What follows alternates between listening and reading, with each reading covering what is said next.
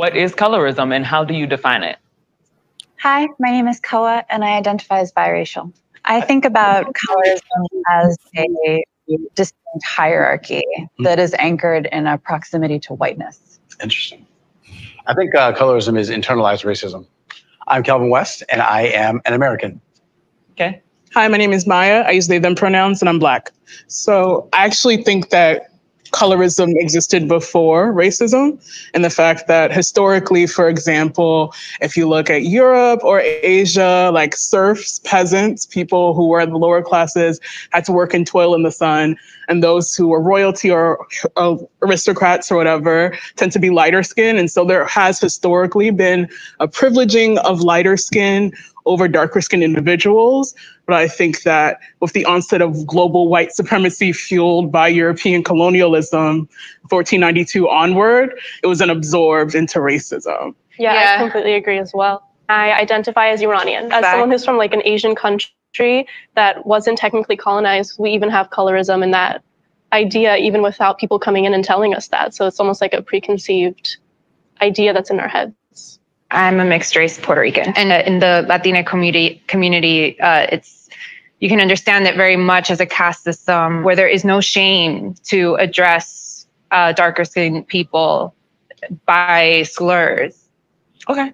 There are personal consequences for colorism. There are also systemic consequences, and colorism has implications for public health, beauty, and all sorts of things in society. Okay. So you said that you feel like it is internalized racism? The blackest experience any Black person can have is another Black person telling them that they aren't Black. And that is something that happens to lighter skinned Black people, because there's this idea and that I've lived a different life because I'm a lighter skin. And that to me is the most anti-Black thing you can do to anybody. Maya, what are your thoughts on that? Sorry, I saw you had a little bit of a reaction there. Oh, me? Yeah. So I think often when lighter skinned people talk about experiencing bias from darker skinned people, I think that my first thought is just like, remember that colorism is an ism. And like when something has that ISM, it means institutional power plus prejudice. Darker skinned people as a class of people do not have the ability, the institutional power to, for example, put you in prison for longer sentences because of being lighter skinned, or, you know, having less access to employment. There's actual statistics where like a darker skinned person with a master's degree usually has less employment opportunities or is less employable than a lighter skinned person who has a bachelor's. And it's not to say that like bullying is like, I know that hurts. Like it's like personal sentiment. I know that that actually feels bad.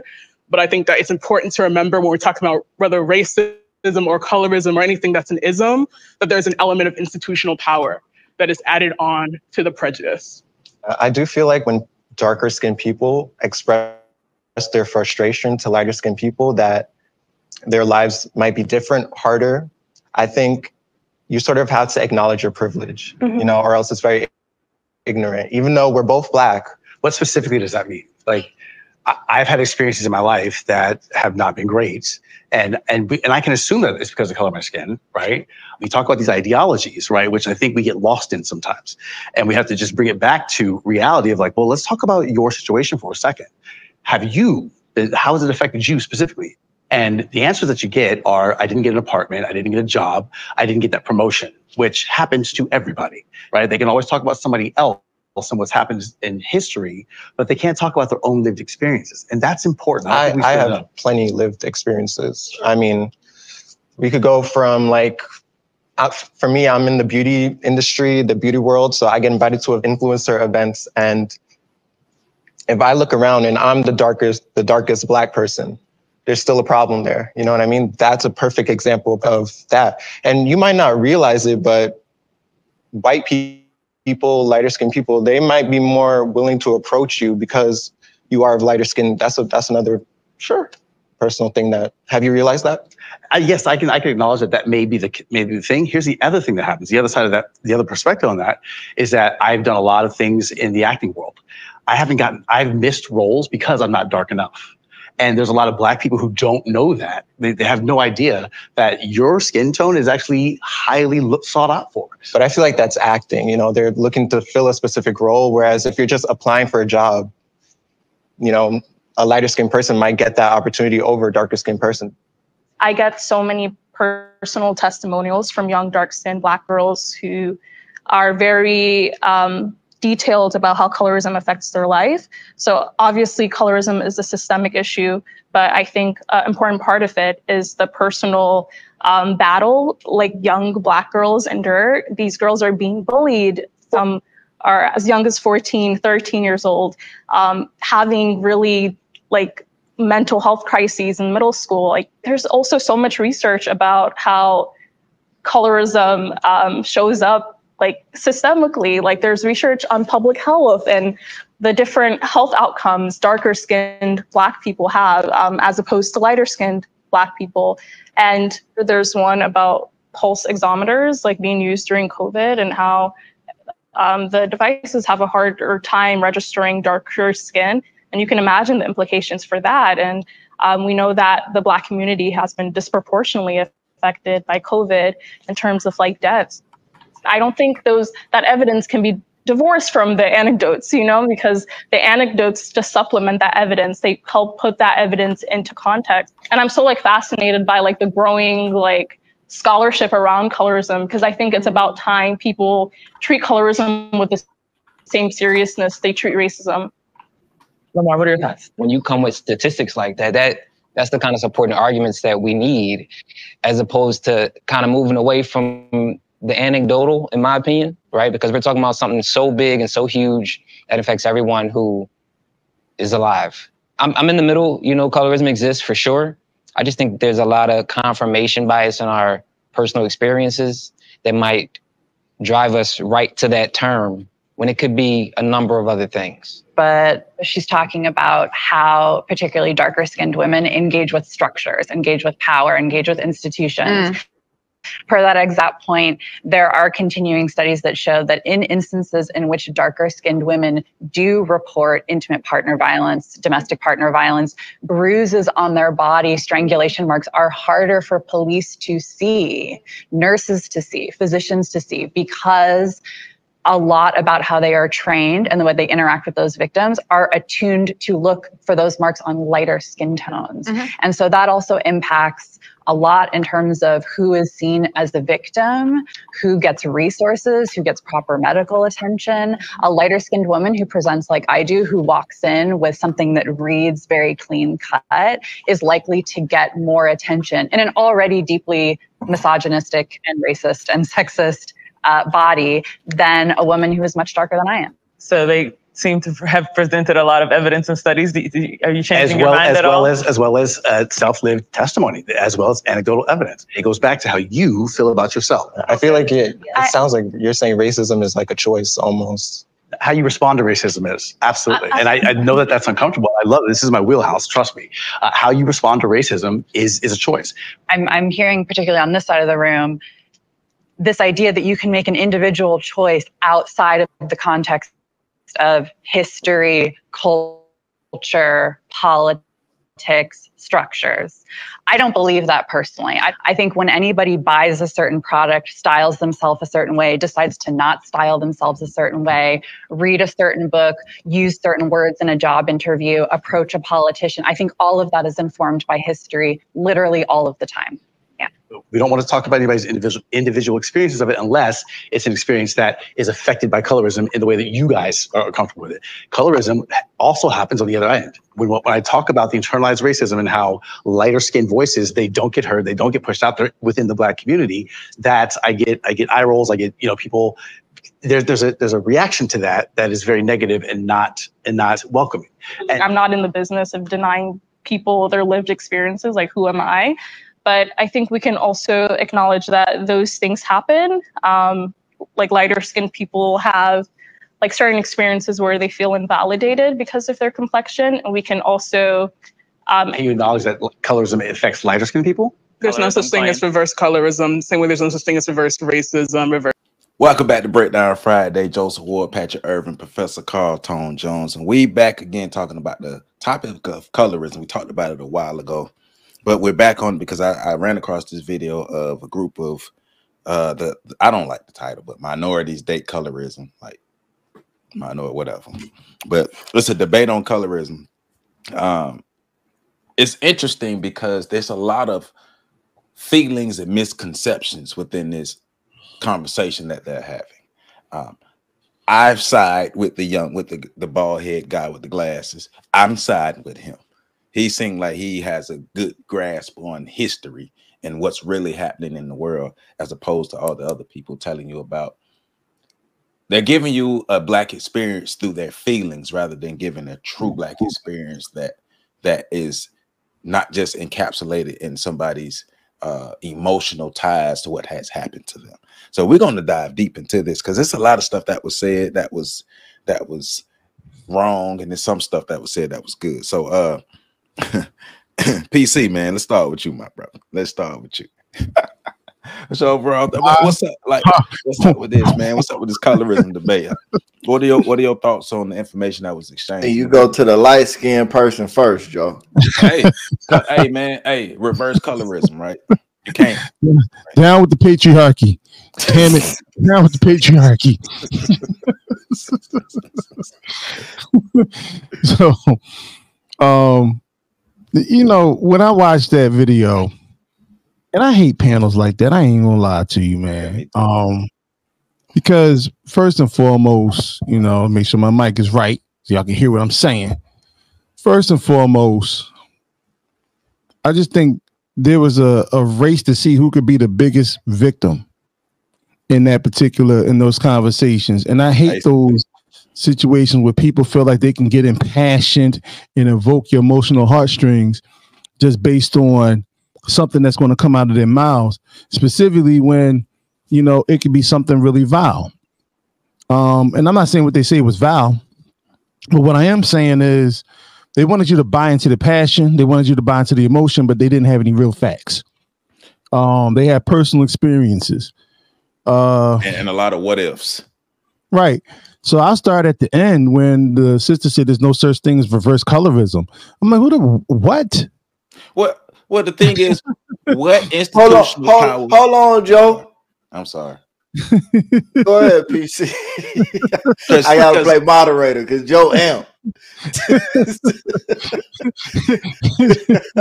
Joe was like, my gas pedal. You start off at 60. All right. So, but because I have personally, you know, in my personal anecdotal experience, I've been on that side, and I'm growing up in North Philadelphia, being one of the biggest, lightest people. My name was Light Bright. My cousins had a particular fun activity. Just you know, once in a while, they would say, "Hey, yo, your pop just left," and I go outside and it'd be the mailman. You know what I'm saying? I get stuff like that. You know what I'm saying? You get to be the white sheep of the Black family, and you do get ostracized for being light skinned. I got in so many fights just because dudes thought girls like me. So now I gotta fight you. You know, it was like that scene on New Jack City where Wesley Snipes stabbed Chris Williams in the hand. Pretty mother, you know what I mean? So you get that part of it too. Now, I'm not going to sit here and pretend that culturally speaking, that I had to deal with what a lot of my darker brothers and sisters had to go through. So, you know, I never carried that with me.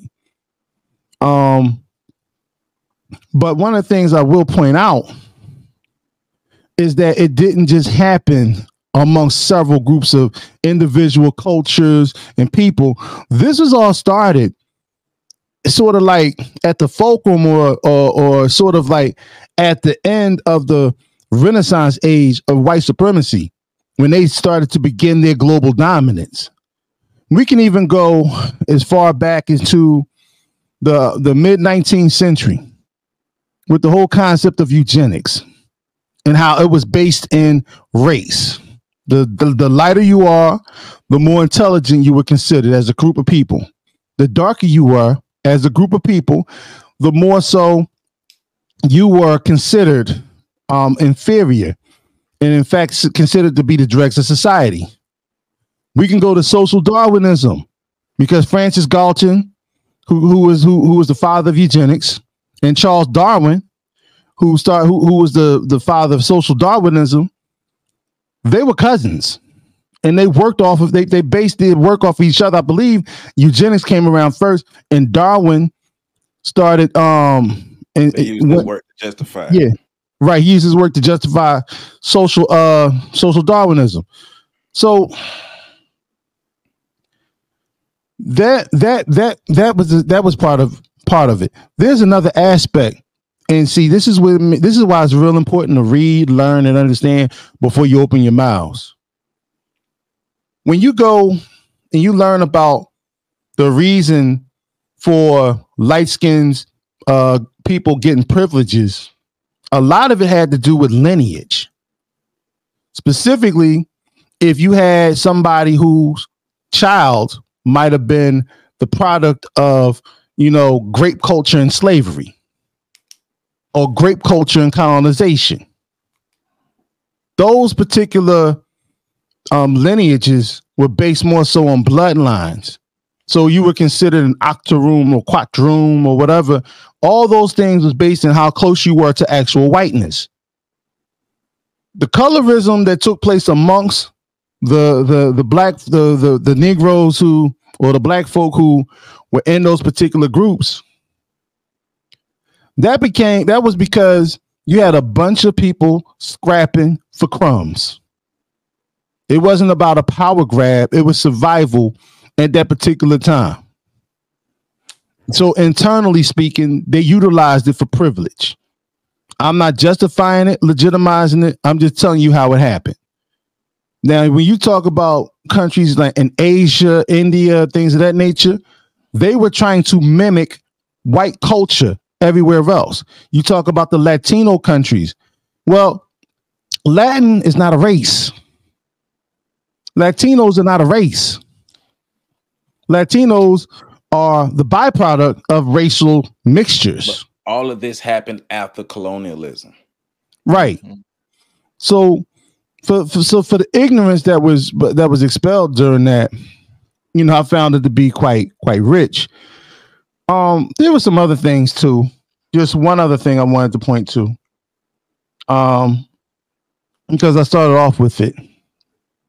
This whole notion of feeling like you want the privilege of being the victim. It has never worked. It has never truly garnered sympathy. And you can't show me anywhere in history where just being a victim actually helped people solve their problems that they were dealing with in those regards. Man. With that, I'll land my plane. Right. What institutional power do light-skinned black people have? That's what I want the young lady to explain to me. Because in order to have, because the way she's framing it, like reverse colorism, like it's reverse racism, that would imply, because she implied that light-skinned black people have access to institutional power. Where did they get it from? What institutional power do light-skinned black people have? That's what I want to know, because she talked about it. She framed it as if light-skinned black people were a power class of people. Yeah. Privilege and power are two different things. Privilege comes from power. If light-skinned black people have privilege, who gave them that privilege? Down with the patriarchy. Yeah.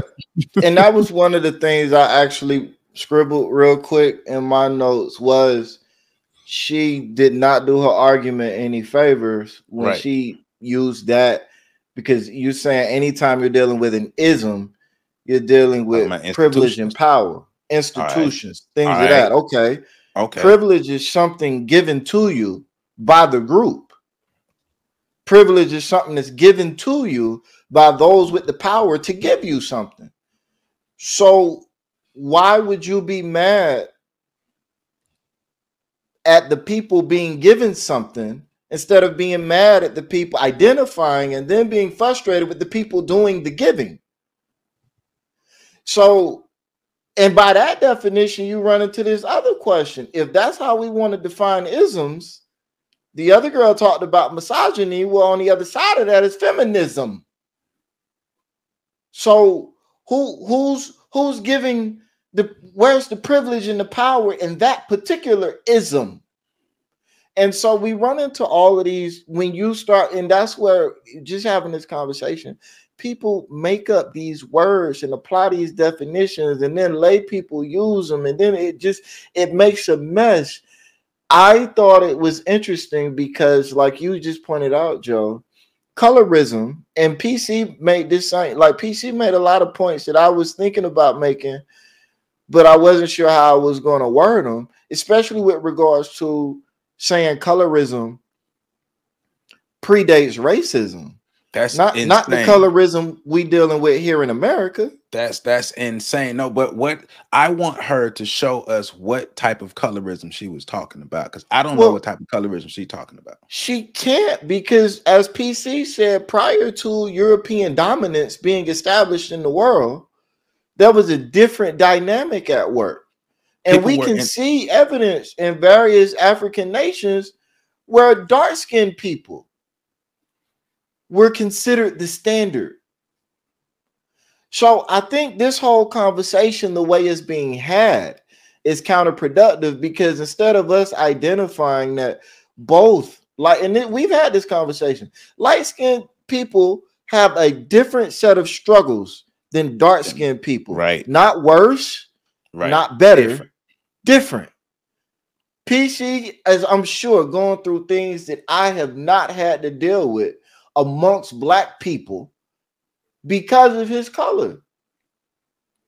Girls as well. Dark-skinned girls have to deal with a different set of stressors for being dark-skinned as dark-skinned boys. Not better, not worse, different. And that's one of the other disingenuous things about this argument. They always talk about the experience of the dark-skinned. You know, I know a good chunk of the dark-skinned dudes that I know that's my color or darker, especially, we were tortured as kids by the same dark-skinned girls that are now all over YouTube talking about how brutal their childhood was.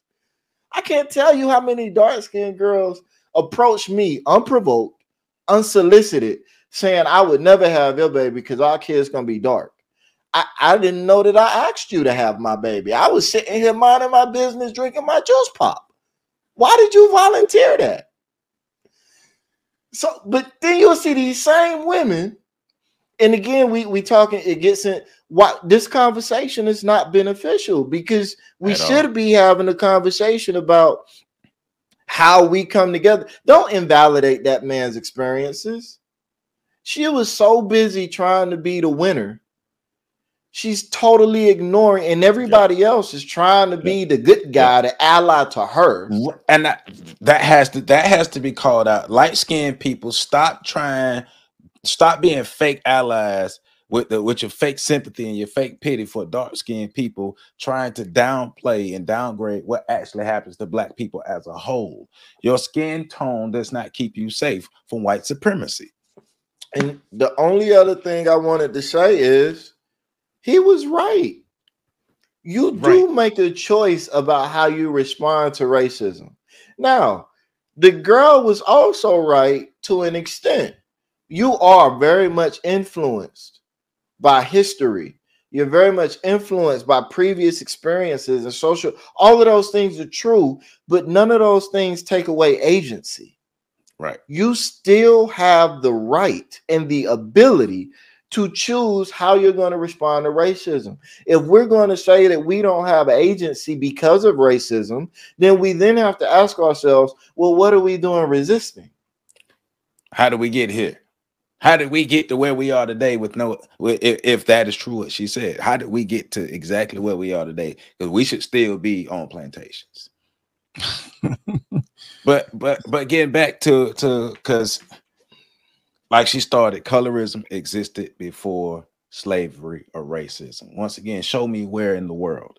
Now, because remember, people were enslaved because they lost or they were in debt. People were not enslaved because of the tone of their skin. If I'm a group of people from the Asian continent and I come across this group of people from the African continent and we whoop y'all, we win. We're dominating you. We're in control of you because we won. That has nothing to do with your skin tone. That didn't come. Matter of fact, if we want to just talk about what happened to African people coming to the West, remember, slavery existed before racism. The actual slave trade existed. Remember, slave trade started in the late 1400s. The concept of racism didn't really come around to maybe 1600s, and then it was really crystallized and brought to fruition in the 1800s. So what are we talking about? Like Carl Linnaeus, and Johann von Blumenbach. Carl Linnaeus and Johann von Blumenbach are two of the main people who spurred these modern ideas of racism, or the ideas of racism, period, that we are still using today. Like Dr. Joy DeGruy talks about that. This stuff is historically documented. I don't know where she got her information from. And, you know, she was the Akashic Records. Because also like comments were thrown out like colorism is based on a hierarchy system. But I agree with the gentleman. Colorism is internalized racism. Okay, where is the power coming from for us to set up the structure of this hierarchy? Where does it come from? Both of them are true. Colorism is internalized racism and it's hierarchical. Those are both true. But it misses the whole point of the same people that force the racism down your throat to internalize you. That's what the hierarchy is. They established the hierarchy. So, but that's where it stops. It starts and stops there. Because okay, white people treat you better. Right. Some black people who internalize racism treat you better. No, we can't even say that, because like I said, black people across the board treat each other fucked up. Right, but some people have the idea that lighter is better. Yeah, but some people do, sure. But right. What's the percentage of people that call PC piss color and call me but that's what I'm getting. That's what I'm getting at though. Like that's why I say some people. And that going back to what she's talking about, some people, but it's not like this is the broad brush paint of how all black people see it. Well, speaking from the light skin delegation, it's crazy how it's thrown out that they without recognizing the internalized racism component of it. But it speaks to the understanding that there is an inferiority complex that we consistently run away from, and wanting acceptance from those who are our masters, like a dog wanting acceptance from the family that domesticated it. That's currently what you see, the scraps, the fights, and the internalized battles. But I mean, damn, did anybody read the Willie Lynch letter? I got it pulled up. Well, I got it pulled up. I want to translate that for people. And according to my own estimation, you correct me if I'm wrong. And the Willie Lynch letter, I'm gonna tell you, they've been blowing that off. It's fake, it's fake, it's fake. Not even understanding that it might be fake, but the concept that it presents, and it came from somewhere. It's something that was actually practiced. The concept that's why I wanted to go ahead and cut that conversation off at the head. Because even if you say the letter is fake, the concept applies. But I want to translate what PC said. He said, you dark-skinned Negroes like that black girl don't really want to solve the issue. You just want white people to give you the privilege that you think they give to light-skinned people, and allow light-skinned people to deal with the oppression that you think you receive for being dark-skinned. You want a role swap. Mm-hmm. Yeah. Mm-hmm. That's accurate, PC? Oh, extremely accurate. Okay. You know, the thing is, right, and y'all touched on it earlier. The only way, like, okay, even in the white community, they do colorism. We don't want to talk about that shit, right? Italians and Greeks are often seen as not really white, because they seem because of their olive complective skin. Because they got black blood in them. Right. That part. Right. We still go back to white supremacy. Right. We have this concept now where we want the attention of white folk. We want them to recognize. It's the thing where people say, we want you to hear our voices. Okay, but you're asking for compassion. It's like asking the devil for compassion. The devil has no compassion. Who are you appealing to? And it's like you hoping one day they turn a new leaf. That's never going to happen. This is a power dynamic. And as long as they can get you, and you know, I'm going to get the light-skinned Negroes over here, I'm going to get the dark-skinned Negroes over here, I'm going to change the privileges from here to here to here. I'm going to get the men over here, I'm going to get the women over here, I'm going to change the privilege from here to here to here. As long as they can keep you infighting, they never have to worry about you coming together and toppling them. They never have to worry about you usurping their supremacy over us. And let me just explain that part. Because in the comments, and I'm reading, I see what y'all saying. When I say white supremacy, I'm not speaking to the fact that a white man is better than a black man. I'm speaking to the fact that we're being dominated. And we've talked about this before. We're being dominated. And if you are under the delusion that we're not, I don't know where the hell you live at. We are. And so as long as they can keep us dealing with infighting, they never have to worry about us challenging them for the throne. And I'm not talking about challenging them for the throne of white supremacy. I'm talking about challenging them for global power and our place in history and being able to be a force to be reckoned with. So they never have to worry about it because a nation divided can't survive amongst itself. Hey, check this out. In my bag here, I have a foolproof method for controlling your black slaves. I guarantee every one of you that if it is instilled correctly, it will control the slaves for at least 300 years. And it's around that time. We're still in that time frame. My method is simple. Any member of your family, of your overseer can use it. I've outlined a number of differences among the slaves, and I take these differences and make them bigger. Let me read that again for people in the back. I have outlined a number of differences among the slaves, and I take these differences and make them bigger. I use fear, distrust, and envy for control purposes.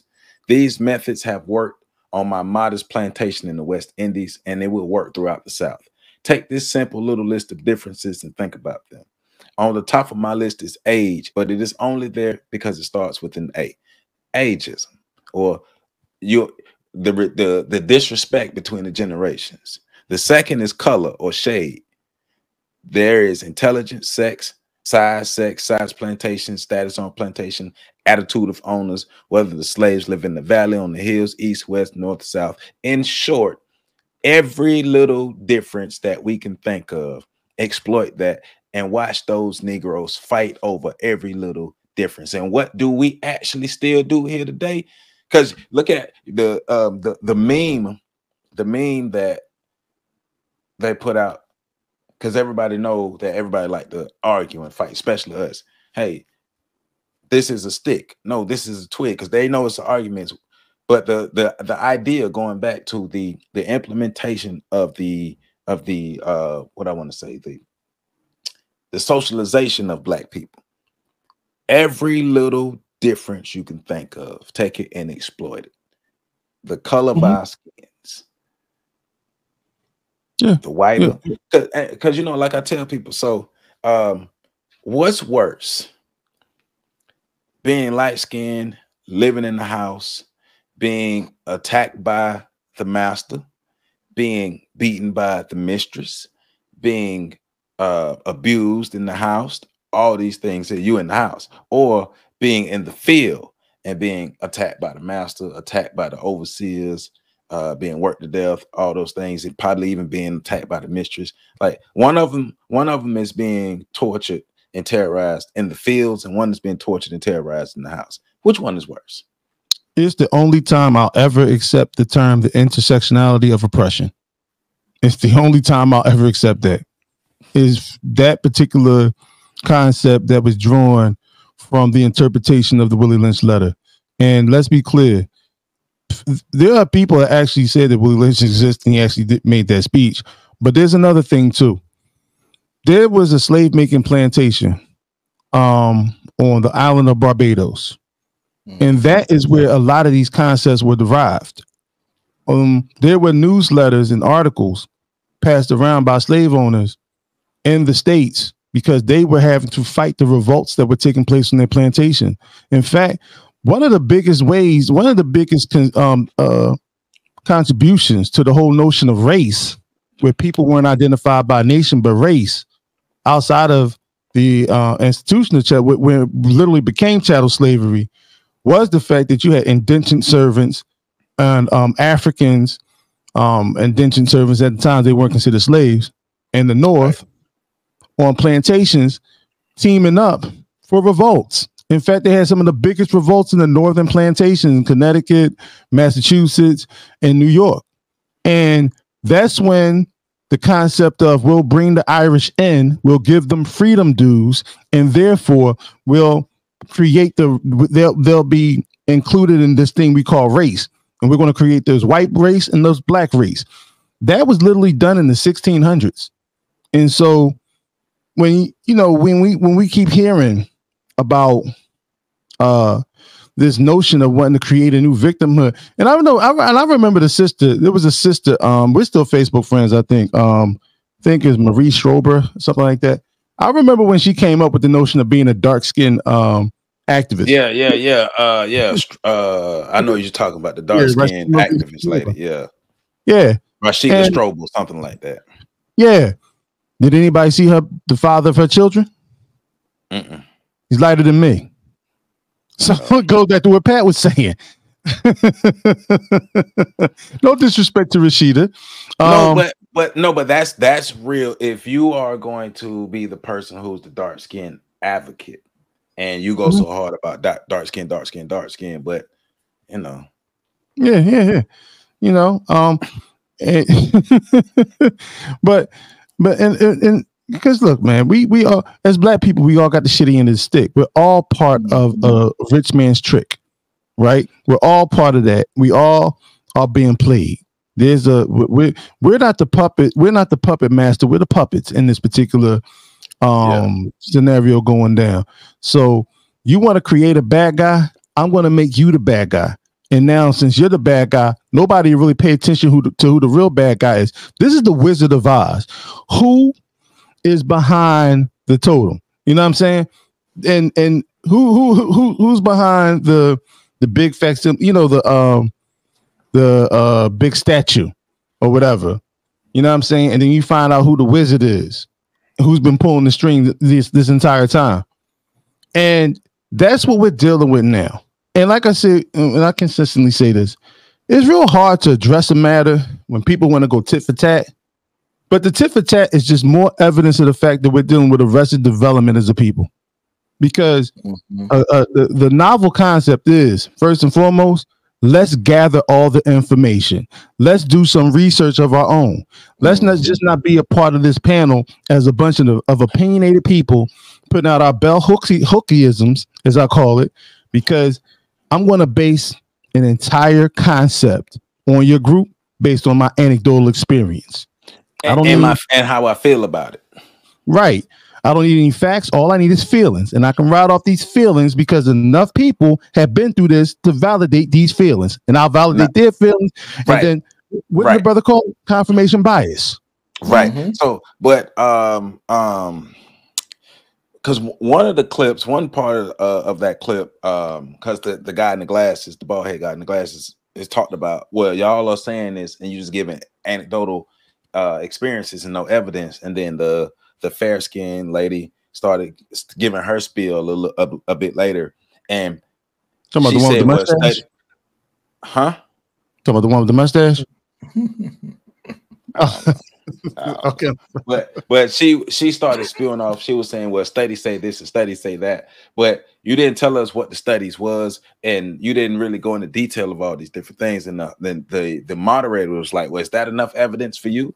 And you can see the dude was wanting to say, hell nah, there wasn't no evidence. But that's the thing, like that was nobody presented any actual evidence to say that this is it. But so don't say that, well, is that the evidence because somebody said, well, a study said this. No, you didn't present evidence. You just told me a study said this. Well, which study? Well, and let's think about this too. Since we want to be dark girl activists, there was no dark men on that panel. Not one. Not one. Like, so again, so for all y'all bluster about the look, I could take the same stance. There's nobody more ignored than the dark-skinned black man. Look at this. They having a whole panel about colorism. They got everybody represented, all sizes represented, all weights, all everything. The only thing missing, even sexuality, dark-skinned black man. The darkest tone man was my tone. You know, too. I think you might have been darker than him, Joe. Go ahead, PC. I'm sorry. Yeah, you are darker. He was more so my complexion. For the record, Malcolm X was lighter than me, but I'm gonna leave that there. Yeah, red hair and everything. They darken the thing, you know, they darken the filter for Detroit red. The effect. Yeah, Detroit red. We saw something else too. We saw some power dynamics taking place in there. Y'all spoke to it earlier, but I want to get into it because it was more so. It wasn't just a power dynamic; it was also a bully pulpit that we saw taking place. And the sister in the middle that told the brother at the end that there's no such thing. Yeah. Well, it is no such thing. No, he's talking about the big girl in pink. Yeah, with the nose ring. Yeah. Oh, is that nose ring? Yeah. Okay. Yeah, I didn't notice. I was tying my shoe. So, but the fact that the way she bullied people around the room, when the you know, in terms of what was going to be, it's sort of like she was asserting what you could say and what you couldn't say. Like she was the authority in the room. Right. Yes. Right. So you had that going on, and you also had people in the room who did not want to. I don't even think they were intimidated by it. They just didn't feel like the conflict. Like the brother with the glasses who was articulating the fact that this is bigger than what we're making it. This isn't just some petty bullshit that we're trying to pass off here. You know, there was times when he was silenced. And so now you got a room where also we're going to integrate the patriarchy here, even though that's not even part of the conversation. Yeah. You know what I'm saying? But you can't integrate the patriarchy in this conversation because there's no patriarchal power in the black community. Correct. No. But, well, go ahead, man. I'm sorry. Go ahead. No. Go ahead. I was just clearing space for you. Go ahead. Cook up. So another aspect of the bullying, and we saw it quite vividly at the beginning when the sisters that stated she was from Puerto Rico. And when she started to talk about the racism, she was just basically talking about the racial dynamics that occur in Puerto Rico. And the sister that was next to her with the braids shot her a dose. You know what I'm saying? Shot her a look that shut her down at the beginning. She was up after that. That's because you can't, if you're not a dark-skinned black person, you can't talk about things that happen in the black community because only dark-skinned black people have a right to talk about the ills of the black community because nobody on earth has ever experienced the things that the dark-skinned people of the black community in America have faced. Nobody, because they have experienced the worst of the worst.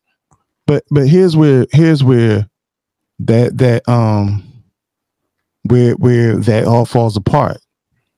What you experienced in that room is the experience within the black community of light-skinned people when surrounded or put in a place where you are dealing in this circumstance where darker brothers and sisters feel some type of way and they're going to take it out on somebody. And you happen to be right. And you happen to be in that room at that particular time. And so they play colorism, reverse colorism, if they want to call it that. I just think it's colorism, period. They then became the oppressors in that moment, which shows the mindset that Pat spoke to it earlier. It was sort of like, you know, reflection of what I was saying. They don't really give a fuck about toppling the system of white supremacy. They just want to. It's like, you got to eat ice cream last week. I ate shit. I want to eat ice cream, and I want to make you eat shit this week. You know, right. Because the idea of reverse colorism, for her to even open her mouth and say something like that, that's asinine. Asinine. Reverse colorism. What? Colorism? Because once again, colorism only goes one way. It only affects dark-skinned Black people. Now, because like the guy was trying to explain it happens both ways, but everybody was dismissing. No, because this is what I experienced, and this is what somebody told me, and this and this and this. Once again, what's worse, being abused in the house or being abused in the field? Which one is worse? And this, go ahead, PC. No, go ahead. Okay. I was gonna say, this is what frustrates me about all of these so-called intellectual conversations. One, they're filled with terms that most often the people that are using them don't even understand. And two, nobody is engaged in critical thinking. Mm-hmm. She's so dead set on like reverse. It took me the longest time to really understand what reverse racism was, because I know how words work, and words come with preordained definitions that were determined long before I was born. So when I hear racism, I know what that is. And when I hear reverse, I know what that is. So I'm like, everybody should strive for reverse racism. We should all want to be reverse racist, because a reverse racist is somebody that's not racist. Ain't that what happened when you take racism and you reverse it? No, not in these terms, because now reverse racism is Black people having power. Right, but then you run into a situation where you say reverse racism isn't real because Black people can't be racist. Okay, those are two separate conversations. The concept of racism that really is a two-way street. Any group can be racist. You have to have the power. Racist. The power dynamic is what we're talking about. So we're not even having the same conversation. And it's little things like that I've noticed oftentimes are used to derail conversations. Red herrings. It's little maneuvers like that. Like, so when I love when he brings it up. When she start reverse racism, reverse color, it's little things like that disingenuous people do to try to maintain their perspective. Right. She was so unwilling, all of them. So even the looks they were shooting, and that was another thing I didn't like, the way they should have been set up where they was looking each other in the face. Because all of the looking over the shoulder and the glaring and everything else that was happening. No, look me in my face. One thing I didn't like, the fair-skinned gentleman with the braids in his head was talking about some people not being able to get jobs because of being light-skinned, or jobs being preferred to people with light skin. And then the gentleman came back and was saying, well, as an actor, I've been rejected from jobs for not being dark enough. And then the other guy said, well, I'm talking about jobs. You're talking about acting. Ain't that work? Right. Ain't that work? So, my bad that my job didn't fit your category. So you dismiss my experience. Like you're telling me we can't dismiss the experience of darker skinned Black people. But because my skin isn't dark enough, you can dismiss my experience and my chosen field of work because it doesn't fit your definition and make you feel good about being a fake ally to dark skinned people. And let's be honest about something too. Again, I've lived in the Black community, and this is another thing I find disingenuous about a lot of these discussions. Oftentimes I get and y'all can, one of them people can see this and you can correct me if I'm wrong if you do.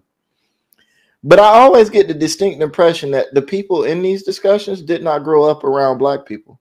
Ain't that what it seems like? So, because let's just be real about it. There are a lot, even as a kid, there are tasks that light-skinned people are assumed not to do simply because they're light-skinned. So they get overlooked for these tasks. When I was growing up, that was a whole sport. It's real popular nowadays, called basketball. It was a light-skinned sport. Dark-skinned dudes play football, light-skinned dudes play basketball, and they were soft. Until Jordan. Right. We really gonna get into, and when you really start thinking about it, most of the great basketball players are dark-skinned, but that didn't matter. Basketball was a light-skinned sport for soft people. So we really gonna sit here. That's why I said, like, anybody I knew that grew up around black people, and I had the same problem with the black intellectuals that come up with these terms like anti-racial and reverse race. The same. Anybody that grew up around black people, we always listen to these discussions and we're like, yo, where did they grow up? That sounds like they grew up surrounded by white people and just made a bunch of guesses about what we must have went through. Like somebody, hey, well, I ain't gonna oppress you because you light skinned. I'm gonna go find me some darker skinned person to oppress because I can't oppress no light skinned person. You read this shit in a book and made it your life. Right. Stop it, man. So let me tell you, colorism affects all of us. So let me tell you my experience, right? Because I wasn't really trying to make it anecdotal for me either. My experience was, like I said, I got harassed by the grown women in my community telling me, making sexual advances towards me. I got told in front of all my friends, oh, you're so handsome. All the girls are going to want you, which created animosity towards me from my family, my cousins, and my peers. So when we played basketball, I got extra elbows. I got roughed up. I got all types of experiences to the point where I would do what we called it dressing bummy. I wouldn't comb my hair. I wouldn't. So you couldn't say my hair was curly because if I don't comb it, you can't tell. So it's nappy now. I didn't get like regular haircuts. So then we called it woofing. You woofing now. You know what I'm saying? So I would just wear hoodies and jeans. That's it. I wouldn't wear any fancy clothes or any of those things because I ran away from it. I hated the term pretty boy. It made me want to fight everybody that called me that. So we all experienced something in that regard. That's probably one of the things that pushed me to boxing, because I needed to take that out on somebody. That wasn't the only thing I was going through, but it was in there. And I had to know how to fight. A fight was waiting for me. It was quicker with me. Bullies were looking to extort me because I was seen as an easier lick. And I went to some of the roughest junior highs and high schools in the country at that time. My high school was like East Side High when I went to Simon Gratz in the 90s. You smell weed in the hallways when I first got there. We couldn't use the lunchroom for the first year because of how many brawls would break out. There were shootouts at the gas station before it became normal like it is right now. You went to Ricketts? Huh? You went to Ricketts? You know what I'm saying? No, that sounds familiar. So and I'm saying it because even now, when we see on social media, there'll still be like light-skinned men have sex like this, and a woman to be in between his legs. This is how light-skinned do it, and it'd be a light-skinned lion with a light mane, sound like Prince or some shit. You know what I'm saying? We tell people stop acting light-skinned. Right. Rage. Right. We get called Drake. You know what I'm saying? Freaking Big Daddy Kane. I forget the singer he fought and beat him down in the 9th. I'll be sure. And we was like, and all we hear was, man, light skin N-words took an L this week. You know what I'm saying? We caught it too. And I'm not saying it because the tit for tat shit is corny to me. I think that we need to acknowledge that we were all victims of this, instigated by the group that actually has supremacy and power over us. That's one. PC. Nah, PC. We got to concentrate on being bigger victims than light-skinned people. PC. Nah, stop concentrating on white people. Nah, Joe. More specifically, we got to concentrate on making sure that the dark-skinned, heavy-set black girls are continue. Because you think about it, and this is interesting too, right? The most dominant force in the black community is Big Mama. When I say that, what do you think about? A dark-skinned black dark-skinned mama. A big dark-skinned. Yeah. What are we doing? What are we doing? No, but also think of the point you made earlier about a dark-skinned man not being on that panel talking about colorism. That is powerful. That is colorism at its finest. But that's colorism and sexism if you want to include all the isms in there, like the young lady said. But it's like let's include them all. Like that is a powerful point, and that is made right there. Because when we think about colorism, we only think about dark-skinned women. So we've made the narrative is dark-skinned black women are the biggest victims in our community, and the danger in that is everybody else who's victimized gets overlooked. Now, one point that they made that, and with the domestic violence point, is lighter skinned black women who would come into a trauma center or a domestic violence center with bruises on them. Well, yeah, I mean, that's like don't we know, like, the lighter you are, if you have bruises, they'll show. Now, the thing is, not me, Joe. Karate man, I bruise on the inside. No, but going if you go to an emergency room or a trauma center and you're a dark-skinned black woman and you have bruises on yourself, but your bruises aren't showing up as much as a lighter-skinned black woman, is that colorism, or are we still talking about the system of white supremacy? Well, because you're not going to no black hospital. I think they addressed that.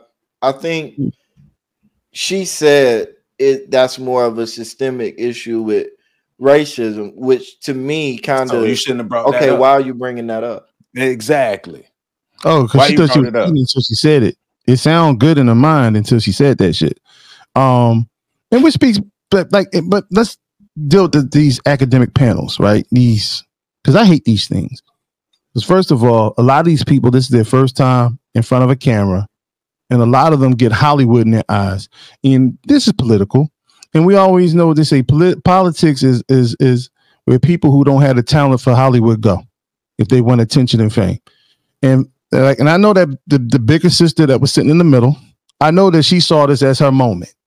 Mm-hmm. You know what I'm saying? That so now she'll be based on this. Hopefully somebody will see this, and then I'll be propelled into this place where a spotlight will be on me, and now I can live out this particular thing.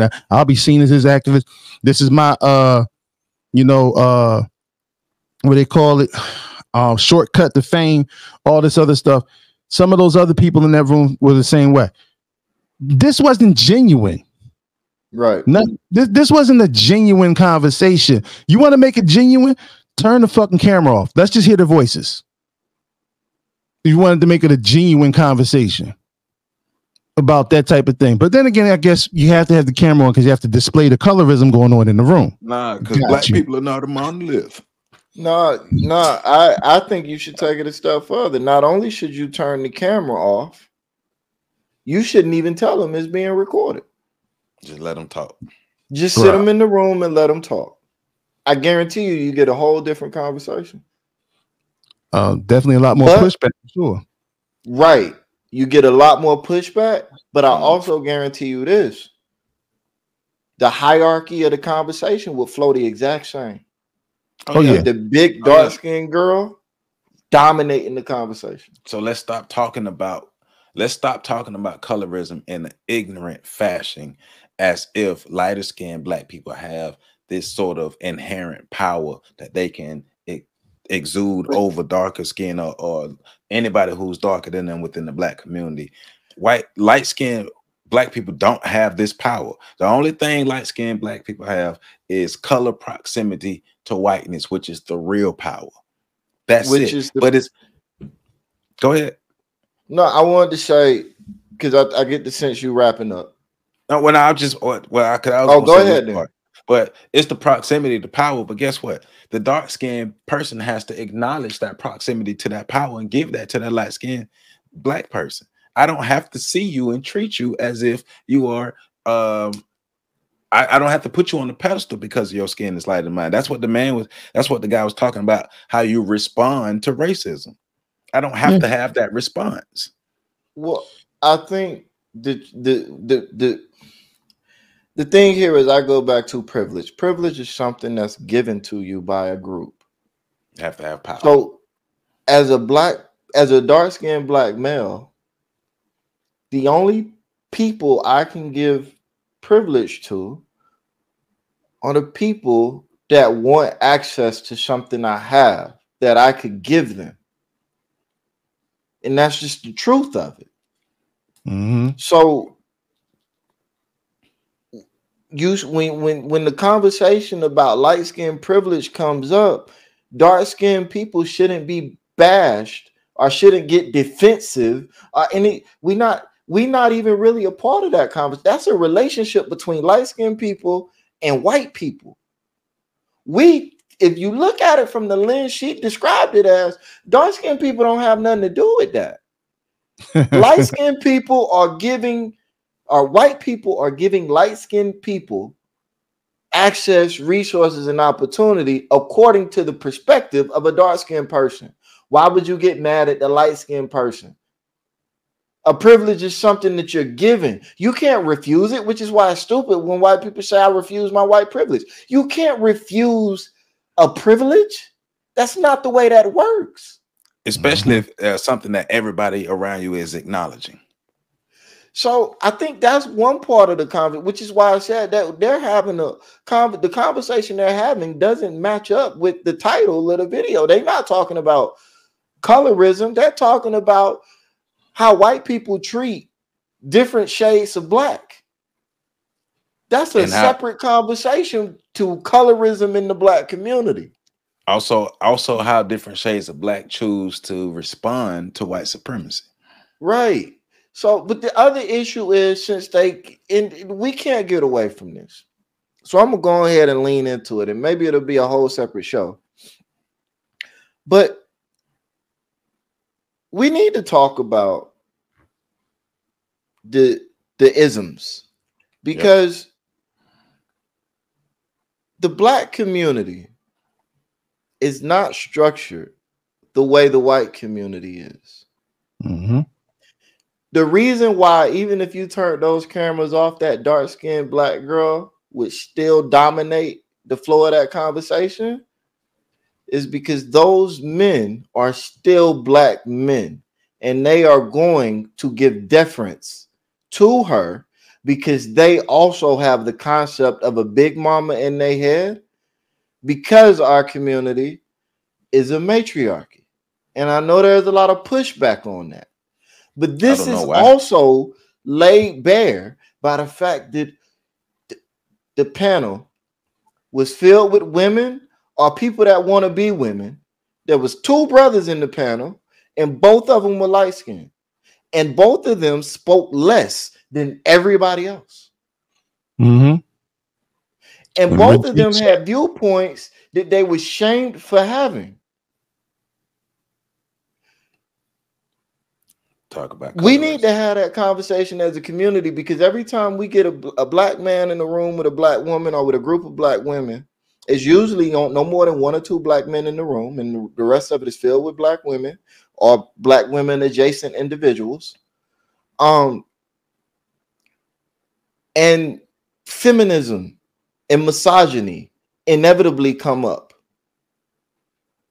And if that was really a concern in the black community, I mean, really a concern where it needed to be talked about and digested the way we talk about it and digest it, y'all wouldn't have the confidence to speak about it the way you do.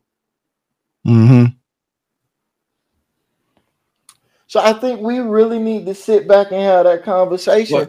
Black women, y'all have the freedom that they have to say whatever the hell they want to say. They don't understand what real oppression is. Right. It totally works against the narrative. And you can't oppressed people cannot go speak out and survive. I think they are very well. I think, and this is another, and thank you, Pat, for opening this door. But I think that this is also a show about who really does have the privilege that everybody was complaining about in that room. And because women, well, in particularly in our community, Black women, yes. And the darker sisters hold dominion over that in our community. Now they can talk about in relationship to white supremacy, but even there, when you start looking at the captions in comparison, you know, there's a saying in society: the two freest groups of the two freest demographics in America are white men and Black women, because they're the only groups that can say whatever the hell they want, and they dare you to challenge them. But it's crazy because dark-skinned Black women continue to hold over light-skinned Black women's head that, hey, white people gave you this privilege and we're mad that you have this privilege and you have this proximity, and we're going to hold this over your head because we continue to choose to play into the colorism. That's a choice. Like what he said, how you respond to racism is a choice. You choose to play into the colorism. You choose to internalize the racism. Well, let's look a step further. If that's the case, and they're looking to usurp light skin supremacy, well, are they really looking to usurp light skin supremacy, or are they looking to usurp their Blackness so they can acquiesce, move fluidly within the confines of the white community? Well, I think that's it. I think they want this, they want that spot. They want that good spot next to the white man. And I'm mad that my feelings are hurt. Because trust me, like we've been saying, colorism is something that affects all Black people. Like we just read it, like we read in the Willie Lynch letter. You take all the differences and you exploit those differences. This is not something that only happens to dark-skinned people. And as Black people, we have to push back. You have 3 different tones of Black on here. I'm in the middle. I didn't have the experiences either one of you had. But what I did have, my experience is sitting down and listening to people and then doing my research. So in doing that, as a historian, as a researcher, and as a human being who observes and just listens, guess what? All shades of people, if you're Black, you're a victim of white supremacy. And I would imagine, Joe, that you had to deal with the ally behavior aspect of it that we didn't even talk about, where both sides was coming to you to be an ally. Oh yeah, and they were getting rejected. You already know me, they getting rejected. You getting stiff on because I'm not playing those games with you. I'm not doing that. I'm not saying, well, your experience is worse because you're darker skinned. No, we're not doing that. We're not doing that. How do I quantify that? How do I do that? If I get shot in the jugular and you get stabbed in the jugular, should we sit here and argue about, nah, man, you're in a better position because you got stabbed? Are we arguing that? Oh, going back to what you said, should we be concentrating on who injured us? Well, you should be concentrating on stopping the bleeding first, and then we can have all the other conversations later. But you know, I just think, again, we need to have more serious, because the conversation they just had and the way they just had it did not support the things being said in the conversation. And I think it's interesting because PC keeps bringing up allyship, and I think that's a great thing to keep bringing up, because there's this conversation going on right now about how to be a good ally. That's been going on for a while, but now people are actually starting to dig into this term. And I think nobody is thinking about who really needs allies, and what does it mean to actually be, how do you identify somebody that really needs an ally? I'm reading through all this material. I'm just consuming now at this point at a kind of crazy level because I'm wrapped up in it. And I'm like, all of this material suggests that Black boys get treated the same way as girls in other races. It would seem to me that Black boys need allies. Oh, where man, are they? We're talking about colorism. Why are you talking about Black boys? Because colorism gets to be the out for why we don't deal with other issues in the Black community. Right. And that to me is a real conversation about colorism that needs to be had. Because anytime anybody sits in front of us saying something that we don't like, we use colorism to get out of it. Colorism only affect dark-skinned Black women. That's the only group of people on the planet that's affected by colorism. You just saw the clip, Pat. Both of y'all saw the clip. Colorism. I did. I wasn't represented though, so I don't care. Because man, why would colorism affect you as a dark-skinned Black man in America? You know, maybe I was there. I was just in a dark corner and I couldn't see. You were standing next to the curtains. I was. And I didn't smile or open my eyes. Right. My representation got punked. So oh yeah. Well, you know, they only allow one or two. You know, they had a dark-skinned Black woman. You know, they don't mix well with dark-skinned Black men. You know, we make dark-skinned babies together. So there's probably like we just not even gonna. And I can respect that. But I think you know, I just think these panels are disingenuous. Because there's no goals, there's no out, like there's for a conversation like this to take place, and you don't have any historical like fact checkers in the room. You don't have anybody that can cross-reference the things that are being said. Say what up. And then you know, what's the purpose? Because if even in some of the things they identified as studies, statistics, all that stuff is biased by the group that is in charge of the study. They're trying to get a specific outcome, and they just want to prove it. Have you cross-referenced your study with other studies? I was just going to say that. Show us the methodology. Show us the entire. Let us read through. Don't just tell me studies said this. I hate that. But I know why y'all are mad. I know why both of y'all are mad. Y'all are mad because the light-skinned delegation took another L. We did. We did. PC's mad as a direct member, and Joe, you're mad as a brown skinned ally. Because man, I don't get affected by colorism like y'all do. I know, but that's why you're an ally of PC. According to old girl. According to the logic, we've already established you're an ally to PC because you called on him first to talk about the conversation on colorism. But and then not necessarily if you think about it, because you was actually on the stream first.